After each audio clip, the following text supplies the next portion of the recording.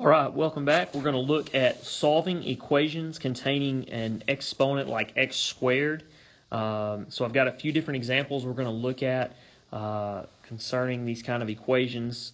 So looking at the first one here that's in black, I've got x squared is equal to 25. This is obviously a really simplistic example of this, but some people have trouble on what to do with that exponent of 2. So to basically get that x by itself, which is what we're trying to do here, you're going to do the opposite of squaring something, which is to take the square root of it. So I'm going to take the square root of x squared, and knowing that I have to do that to the other side as well, I'm going to take the square root of 25. So the square root of x squared is x, which is what we wanted. We were trying to get that x by itself.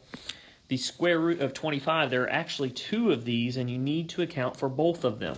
And so we create a set using my curly bracket. The 2 square roots of 25 are -5 and +5.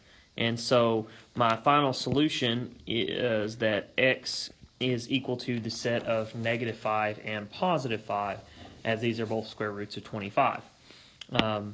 So moving over to my next equation, I put here for an example, x squared is equal to -10.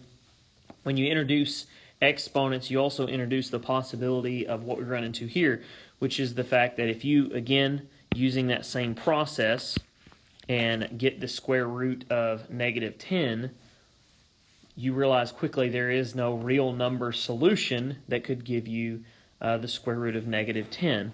So for most Algebra 1 geometry students are taught that obviously you have no solution.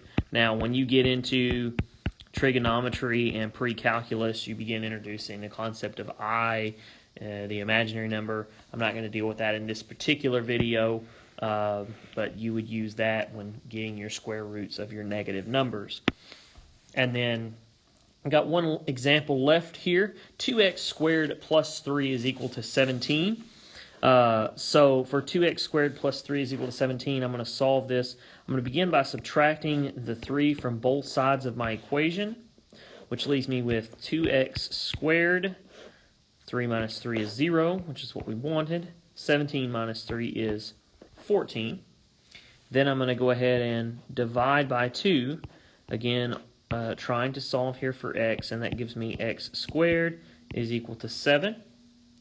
And then my final step is to take the square root of both sides to get rid of my exponent. Now the square root of 7 is going to be a decimal, so I'm actually going to leave it as the positive and negative square root of 7. Okay, and you will see some people will write it like this, the positive and negative square root of 7.